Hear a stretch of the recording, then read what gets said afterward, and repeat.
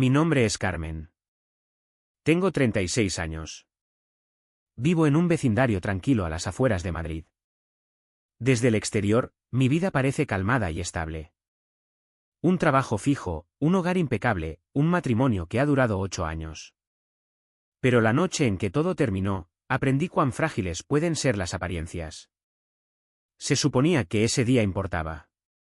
Era el 12 de junio, nuestro aniversario de bodas. También era el cumpleaños de mi esposo, Juan. 8 años juntos y todavía creía que momentos como este significaban algo. Salí temprano del trabajo, crucé la ciudad para comprar su vino Rioja favorito y me detuve en una carnicería selecta para conseguir un buen chuletón. Aunque nunca tuve mucha confianza en la cocina, quería que el esfuerzo hablara por mí. Puse la mesa con cuidado. Mantel blanco, velas, luces suaves colgadas a lo largo del balcón. Un pequeño pastel personalizado esperaba en la nevera con un mensaje simple escrito encima: feliz cumpleaños y feliz aniversario. Nada dramático, solo honesto. Al caer la tarde, yo estaba lista. Me puse un vestido que Juan dijo una vez que le gustaba. Revisé mi teléfono. Nada. Cuando la oscuridad cubrió el cielo, encendí las velas. Pasó 1 hora y envié un mensaje corto diciendo que estaba esperando. Sin respuesta. Más tarde, llamé. Sonó hasta el buzón de voz. Ya entrada la noche, llegó un correo electrónico. Una frase. Emergencia con un cliente importante. Me quedo en la oficina. Lo compensaremos luego. Sin disculpas, sin feliz aniversario, sin explicación. Las velas ya se habían consumido. La habitación olía levemente a humo y a comida intacta. Me quedé allí sosteniendo una servilleta doblada que había preparado para él. No lloré, pero algo dentro de mi pecho cambió silenciosa y permanentemente. Esa noche, guardé la comida, apagué las luces y recogí todo yo sola. Me fui a la cama con el mismo vestido, y mientras yacía allí mirando el techo, entendí una cosa. Esto no era solo una noche tarde. Este era el comienzo del fin. Desde fuera, Juan parecía el tipo de hombre que la gente admiraba. Era seguro, bien vestido, siempre compuesto. Trabajaba como líder de equipo de ventas para una inmobiliaria y hablaba con el tipo de certeza que hacía que la gente confiara en él rápidamente. Cuando asistíamos a eventos juntos, a menudo escuchaba el mismo comentario: tienes tanta suerte. Lo que no veían era cuán silencioso se había vuelto nuestro matrimonio. Juan rara vez llegaba a casa antes de la medianoche. Cuando lo hacía, se aflojaba la corbata, miraba su teléfono y decía que ya había cenado. Las conversaciones se convirtieron en actualizaciones en lugar de conexión, reuniones, plazos, números. Aprendí a no preguntar cómo le fue en su día porque la respuesta siempre era la misma: larga. Yo también trabajaba a tiempo completo. Soporte contable para un proveedor médico, nada glamuroso, pero estable. Pagaba mi parte. Limpiaba. Cocinaba cuando podía. Ajustaba mi horario al suyo. En algún lugar del camino, mis necesidades fueron editadas silenciosamente fuera de la relación. Hubo noches en las que me senté sola con la cena enfriándose, convenciéndome de que esto era normal. Que los matrimonios adultos se veían así. Que el amor maduraba hacia el silencio. Me dije a mí misma que Juan mostraba cariño de otras maneras. Pagando facturas. Planeando vacaciones que rara vez sucedían. Dejando notas que decían: ocupado pero pensando en ti. Pero pensar en alguien no es lo mismo que estar presente para esa persona. Cuando intentaba hablar sobre lo distantes que nos sentíamos, Juan suspiraba y decía que yo estaba pensando demasiado. Que el trabajo era estresante. Que las esposas reales entendían el sacrificio. Eventualmente, dejé de mencionarlo. No porque dejara de doler, sino porque estaba cansada de ser la única que notaba el daño. La verdad es que nuestro matrimonio no colapsó en una noche. Se erosionó lentamente, como el agua desgastando la piedra, silencioso, persistente, casi invisible. Esa cena de aniversario no fue la primera vez que esperé a Juan. Fue simplemente la primera vez que finalmente dejé de mentirme a mí misma sobre lo que significaba la espera. A la mañana siguiente, me desperté temprano y fui a trabajar como si nada hubiera pasado. Me duché. Me vestí. Bebí mi café de pie junto a la encimera. Me dije a mí misma que Juan simplemente estaba abrumado y que hablaríamos cuando las cosas se calmaran. Ese era el hábito en el que me había entrenado. Retrasar tus sentimientos. Ser razonable. Tener paciencia. Al mediodía, no había sabido nada de él. Ningún mensaje, ninguna llamada perdida. Intenté marcar su número de nuevo. Sonó hasta el buzón de voz. Algo tenso se asentó en mi pecho. No pánico todavía, solo una inquietud silenciosa que no podía explicar. Durante mi descanso para el almuerzo, entré en un pasillo vacío y llamé a su oficina. Nunca había hecho eso antes. A Juan no le gustaban las llamadas personales en el trabajo. El teléfono sonó 2 veces antes de que una recepcionista contestara. Pregunté por él por su nombre. Hubo una pausa, lo suficientemente larga como para sentirse mal. Oh, dijo ella lentamente. Juan ya no trabaja aquí. Renunció hace 3 días. No entendí al principio. Le pedí que lo repitiera.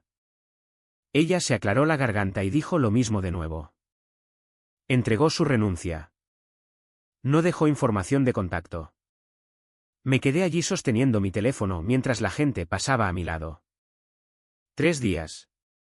Eso significaba que ya había renunciado antes de nuestro aniversario, antes de la cena, antes del correo electrónico sobre una emergencia con un cliente. Mis pensamientos corrieron hacia atrás. Las noches tarde, las respuestas vagas, la forma en que evitaba el contacto visual recientemente. Todo se reorganizó en una nueva imagen.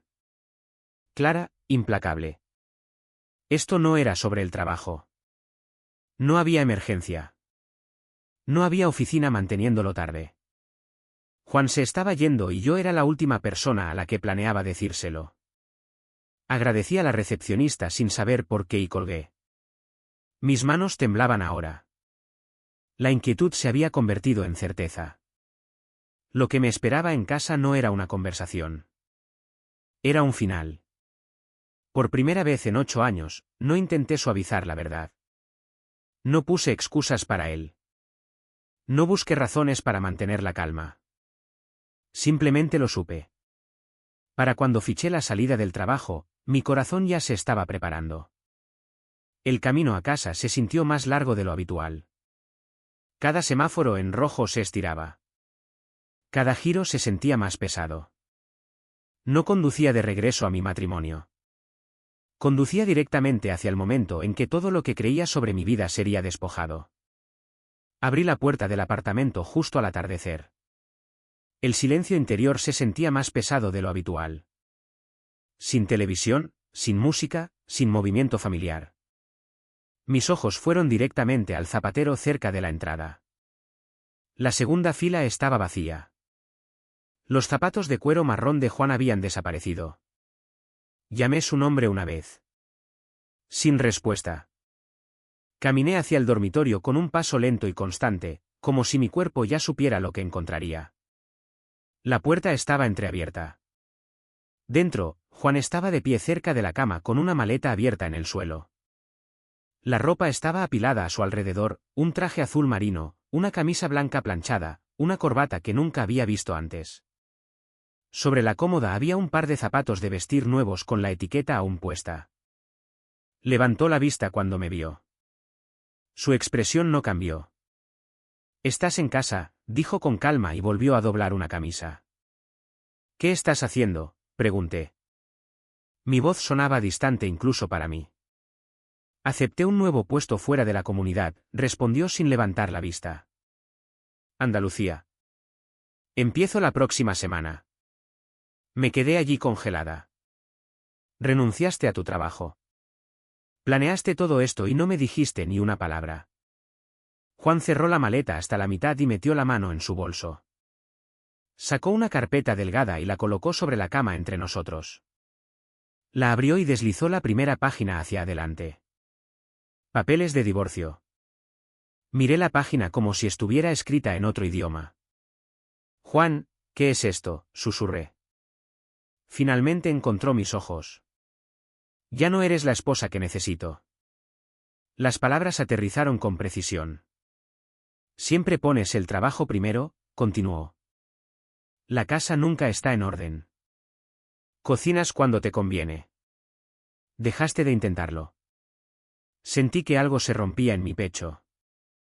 Trabajo a tiempo completo igual que tú. ¿Limpio? Planeo. Te espero. Llegas tarde a casa y dices que ya comiste. Intento y tú lo ignoras. Él agitó la mano con desdén. No conviertas esto en una lista de excusas. Una verdadera esposa no necesita recordatorios. Una risa aguda y amarga se me escapó, así que ahora esto es mi culpa. Juan cerró la carpeta y se puso de pie. He tomado mi decisión. Sugiero que la aceptes con dignidad. Levantó la maleta y pasó junto a mí hacia la puerta. Sin disculpas, sin explicación, sin vacilación. La puerta se cerró tras él.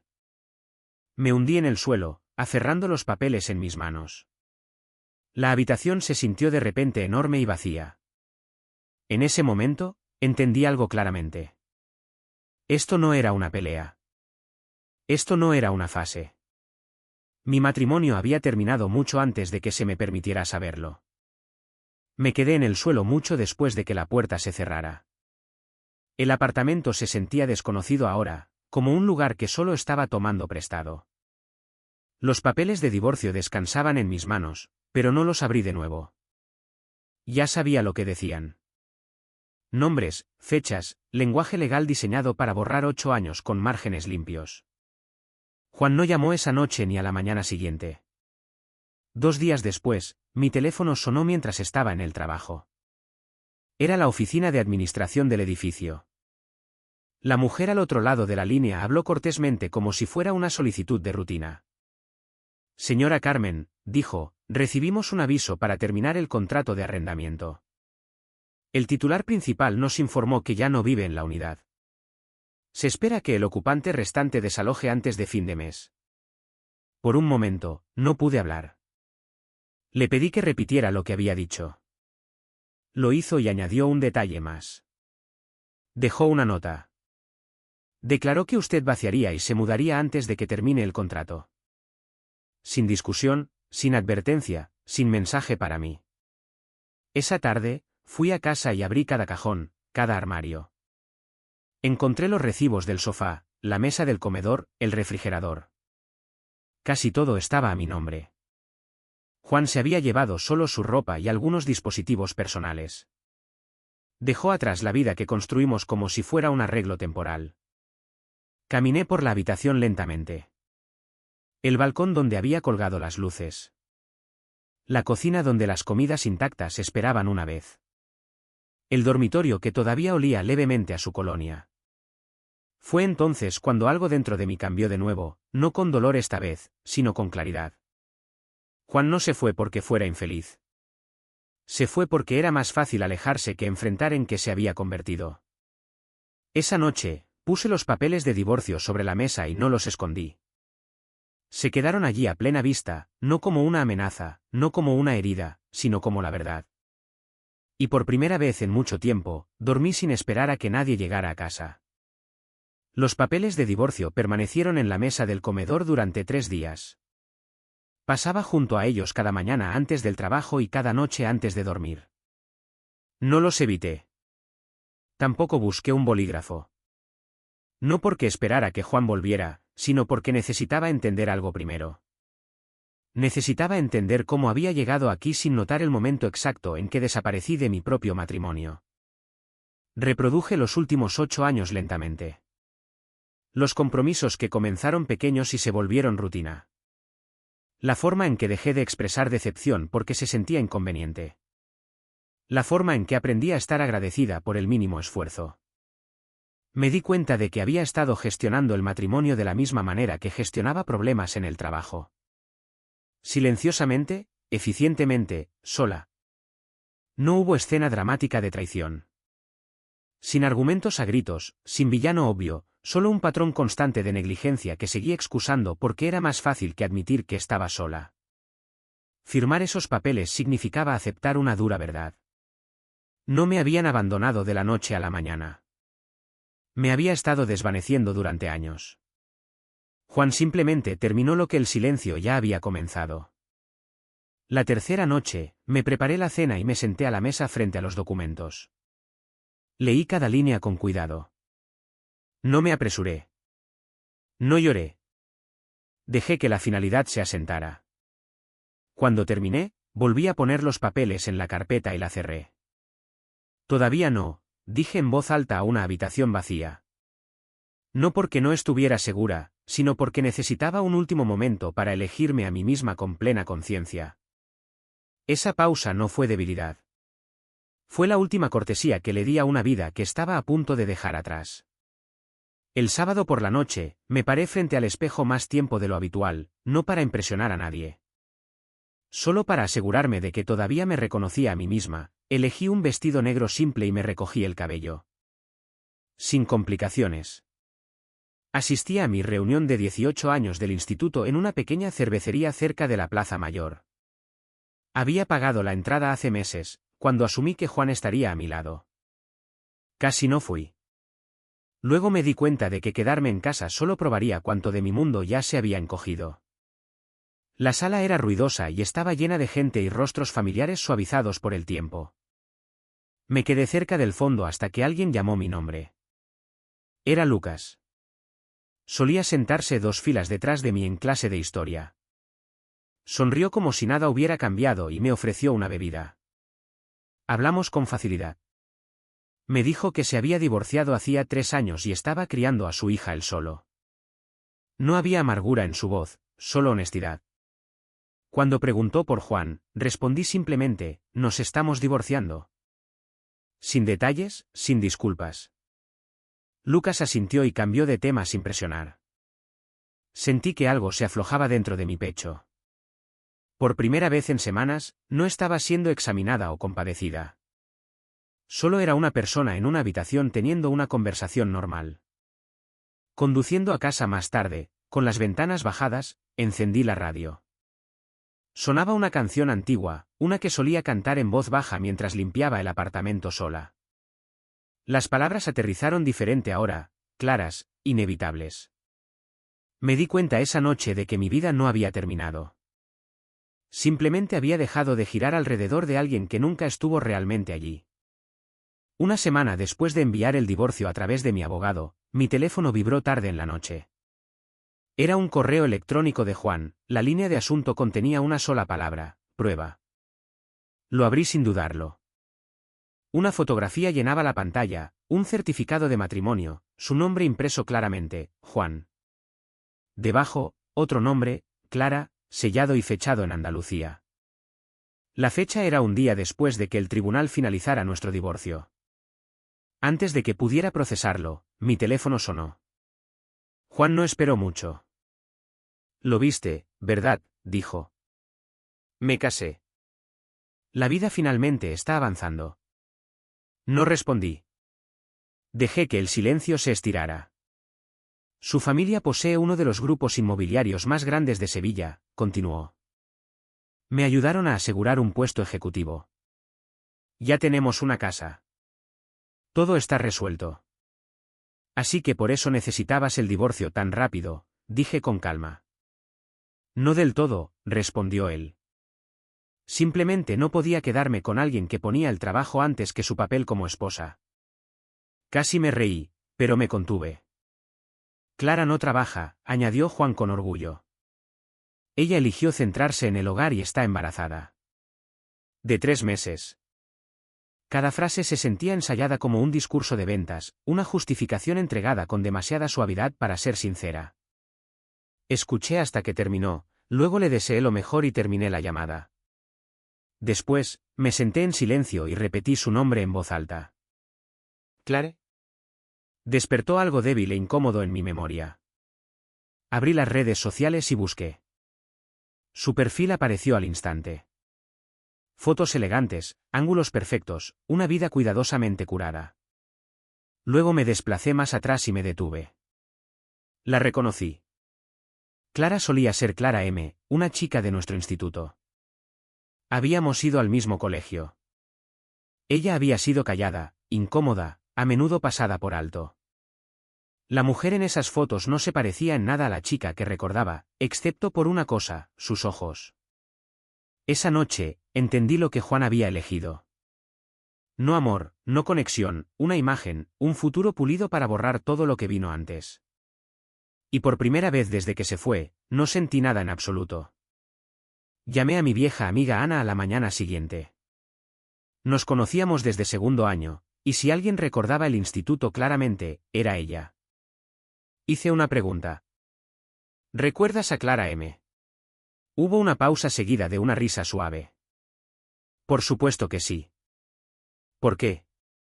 Le conté todo sobre Juan, el divorcio repentino, el nuevo matrimonio, el nuevo nombre. Cuando terminé, Ana exhaló lentamente. Ella cambió toda su vida después de mudarse. Escuela de arte, nuevos círculos, nueva cara, múltiples cirugías, nariz, mandíbula, ojos, barbilla. La gente dejó de llamarla por su antiguo nombre hace años. Eso explicaba el sentimiento que no podía sacudirme. La sensación de que algo había sido cuidadosamente editado. Recordé a Clara de la escuela. Se sentaba cerca del fondo, rara vez hablaba a menos que le hablaran. Evitaba los espejos y las cámaras.